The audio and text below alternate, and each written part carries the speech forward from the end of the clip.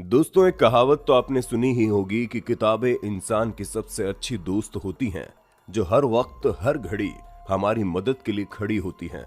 ऐसे में हमारी इस बात से आप भी सहमत होंगे कि दुनिया के अधिकतर सफल लोग किताबें पढ़ना पसंद करते हैं। पर तब क्या हो जब हम आपसे ये कहें कि कुछ किताबें ऐसी भी हैं जो हम इंसानों की समझ से पूरी तरह से परे हैं।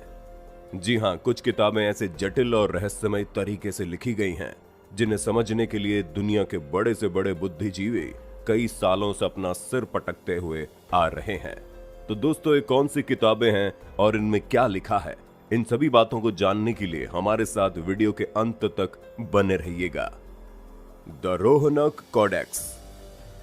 दोस्तों, सन 1838 में एक हंगेरियन प्रिंस जिसका नाम गुस्ताव बेथियानी था, उन्होंने अपने एक बहुत पुरानी फैमिली लाइब्रेरी को हंगेरियन एकेडमी ऑफ साइंस को दे दिया था, जिसमें कई सारी अद्भुत किताबें मौजूद थी। लेकिन इतनी सारी किताबों में से कुछ लोगों का ध्यान बहुत ही पुरानी किताब में पड़ा, जो कि एक बहुत ही अजीब तरह की भाषा से लिखी हुई थी। उस किताब की भाषा इतनी अजीब थी कि उसे कोई भी समझ नहीं पा रहा था। इस किताब के विचित्र भाषा की वजह से लोगों ने इसमें रुचि दिखाई, क्योंकि हर कोई जानना चाहता था कि आखिर इस पुस्तकालय में ये किताब क्यों है और इसका असली मतलब क्या है।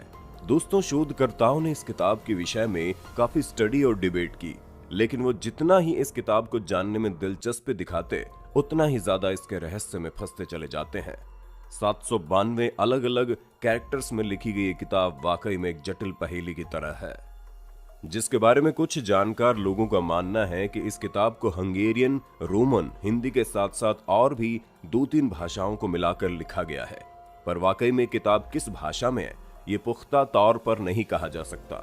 यहाँ तक कि इस किताब के बारे में ये भी समझ में नहीं आया कि इसे बाएं से दाएं की तरफ पढ़ा जाए या फिर दाएं से बाएं की तरफ।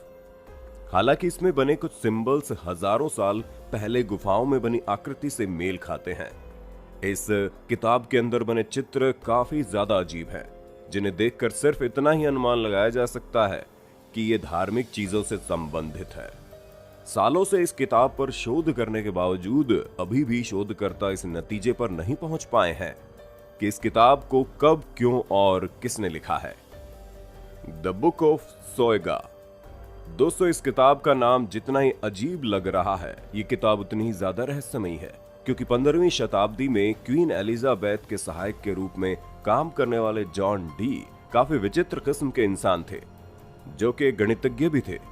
दोस्तों, जॉन अपने समय में चीजों पर वैज्ञानिक दृष्टिकोण रखने के साथ साथ काले जादू जैसी चीजों पर भी विश्वास करते थे। ग्रह नक्षत्रों की गणना के अलावा जॉन डी को अदृश्य शक्तियों से संपर्क करने का काफी शौक था, और इसी वजह से ये उस दौरान नेशनल लाइब्रेरी ऑफ इंग्लैंड को बनाना चाहते थे। परंतु इनके इस चाहत में क्वीन एलिजाबेथ ने कोई भी रुचि नहीं दिखाई, और यही कारण था कि उन्होंने खुद ही अपने लिए एक लाइब्रेरी बना ली। दोस्तों, आप विश्वास नहीं मानेंगे कि इनकी अकेली ही लाइब्रेरी में 3000 से ज्यादा किताबों का कलेक्शन मौजूद था, और उन किताबों में कुछ किताबें इतनी ज्यादा अजीब थीं कि कोई भी उन्हें समझ नहीं पाता था। पर उनमें से एक किताब ऐसी थी जिसके लिए जॉन हमेशा एक्साइटेड रहते थे। जी हाँ दोस्तों, वो किताब कोई और नहीं बल्कि द बुक ऑफ सोएगा थी। 15वीं शताब्दी की इस किताब में जादू, अजीब मंत्र, तारों की गणना, शैतान और परियों के अस्तित्व के बारे में हर तरह की जानकारी दी हुई थी। इस किताब में लिखी हुई भाषा भी काफी ज्यादा अनोखी थी, जिसे एक अलग तरीके से बनाया गया था। जिनमें से कुछ शब्दों को उल्टा लिखा गया था, तो कुछ को इतने जटिल तरीके से लिखा गया था कि उन्हें समझना काफी मुश्किल था। पर फिर भी अगर जोर देकर पढ़ा जाए तो इस किताब को समझा जा सकता है। लेकिन उन 36 पन्नों को छोड़कर, जिनमें एक अजीब तरह की टेबल बनी हुई है, जिसे लगभग हजारों लैटिन अक्षरों को एकत्र करके बनाया गया है। इस टेबल में लिखे अक्षर पूरी तरह से अस्त व्यस्त हैं। जॉन डी का मानना था कि ये टेबल ही इस किताब को समझने की चाबी है, क्योंकि ये वो कोड वर्ड है जिनके जरिए सुपरनैचुरल पावर से संपर्क किया जा सकता है, खास करके यूरियल से। यूरियल एक आर्क एंजल्स है, जो कि ईसाई धर्म की मान्यताओं में आते हैं। यहाँ तक कि कहा यह भी जाता है कि जो शख्स इस किताब में लिखी बातों और लैंग्वेज को समझ लेगा, वो 2 से 3 साल के अंदर ही मर जाएगा।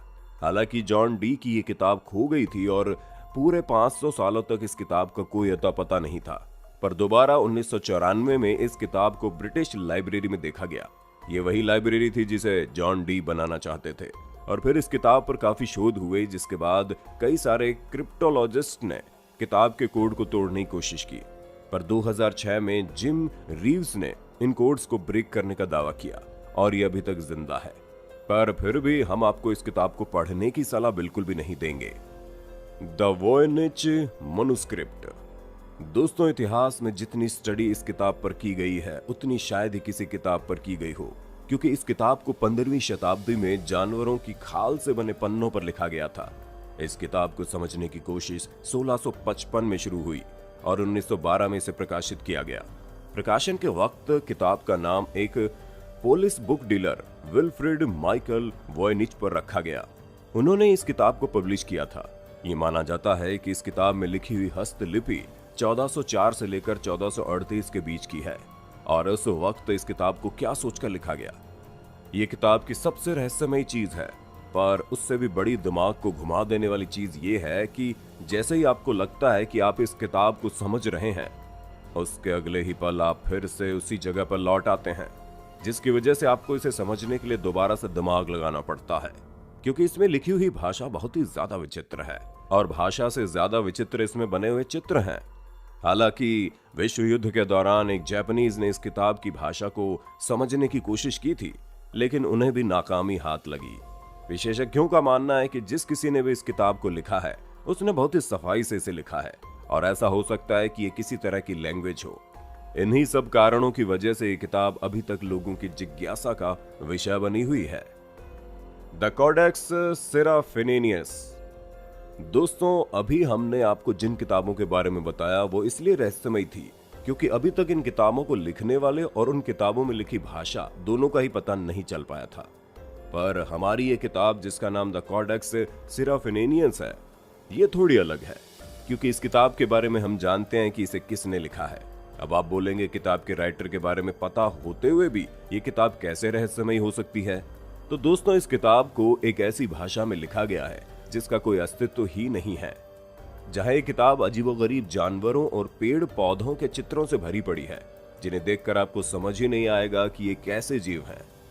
इस किताब में कई कार्यों को करने की विधि भी बताई गई है, लेकिन जब कोई इस किताब को ध्यान से समझने की कोशिश करता है तो उसे एक चीज समझ में आती है, वो ये कि ये किताब इस दुनिया के जीवन के बारे में बात कर ही नहीं रही है, जिसे देखकर ऐसा लगता है कि मानो इसे किसी दूसरी दुनिया के लोगों के लिए लिखा गया है। हालांकि हमारी दुनिया के लोगों से विचित्र होने के बावजूद इस किताब में हमारे तौर तरीके देखने को मिलेंगे। दोस्तों, इस किताब को ल्यूगी सेराफिनी ने लिखा था, जो एक इटालियन कलाकार थे। जहां इनकी इस किताब को देखकर ऐसा लगता है कि उन्होंने किताब को पढ़ने वाले रीडर्स के लिए एक अलग ही दुनिया का निर्माण किया था, जो एक ऐसी काल्पनिक दुनिया थी जो हम इंसानों की दुनिया से बिल्कुल विचित्र थी। और उनके इस विचित्र किताब ने इन्हें काफी फेमस भी बना दिया था, क्योंकि इस किताब को लिखने में लेखक ने एक अलग तरह की कल्पना शक्ति का प्रयोग किया है। और जो कोई भी किताब को खरीदता है उसे ऐसा लगता है कि किताब हजारों साल पुरानी है। लेकिन हम आपको बता दें, इस किताब को 1980 में लिखा गया था। The Vivian girls.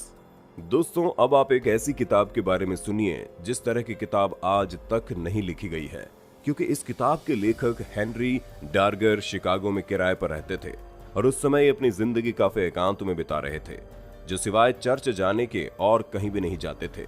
ऐसे में जब 1971 में हेनरी के मकान मालिक ने अपने घर की सफाई करने के लिए अपने घर में प्रवेश किया, तो जिस कमरे में हेनरी रहते थे उसे देखकर पूरी तरह से आश्चर्यचकित हो गए, क्योंकि हजारों की तादाद में लिखे हुए पन्ने और तस्वीरें पूरे कमरे में बिखरे पड़े थे और इन सबको एक क्रम में एकत्रित करने पर एक किताब बनकर तैयार हुई, जिसका टाइटल काफी लंबा चौड़ा था, जिसे शॉर्ट फॉर्म में विवियन गर्ल्स के नाम से जाना जाता है। और पूरी किताब में हजारों चित्र मौजूद थे। दोस्तों, हेनरी की इस किताब में एक बहुत ही विस्तृत मैथोलॉजी लिखी थी, जिसे लिखने में उन्हें 60 साल से ज्यादा का वक्त लगा था। इनकी मैथोलॉजी एक ऐसे प्लेनेट के बारे में थी जिसकी परिक्रमा पृथ्वी करती है, और इस मैथोलॉजी के मुख्य किरदार 7 विवियन गर्ल्स होती हैं, जो आपस में बहनें हैं, जो रॉबर्ट विवियन नाम के शख्स की बेटियां हैं, जो एक ऐसी सभ्यता के विरुद्ध में होते हैं जहां बच्चों को गुलाम बनाकर रखा जाता है। दोस्तों, ये किताब वाकई में काफी अनोखी है पर आश्चर्य की बात यह है कि इतनी बड़ी किताब को हेनरी ने दुनिया से छुपाकर क्यों रखा था। दुनिया को तो हेनरी के मरने के बाद इनकी इस अनोखी किताब के बारे में पता चला। हालांकि हेनरी के जान पहचान वाले लोग ऐसा कहते हैं कि ये किसी मेंटल कंडीशन से गुजर रहे थे और इसी वजह से ये अपनी जिंदगी अकेले बिताते थे। तो दोस्तों, ये थी दुनिया की ऐसी 5 किताबें जो काफी रहस्यमयी थी। और अगर आपने इन किताबों के बारे में जानने के लिए हमारी वीडियो को अब तक देखा है तो जरूर आप एक बुद्धिमान इंसान हैं जो चीजों को समझने की कोशिश करते हैं। इसलिए अपना नाम कमेंट करके जरूर बताइएगा और इसी तरह के इंटरेस्टिंग वीडियोस को लगातार देखते रहने के लिए अपने होस्ट और दोस्त सैम के इस चैनल को लाइक, शेयर और सब्सक्राइब तो कर देना। धन्यवाद।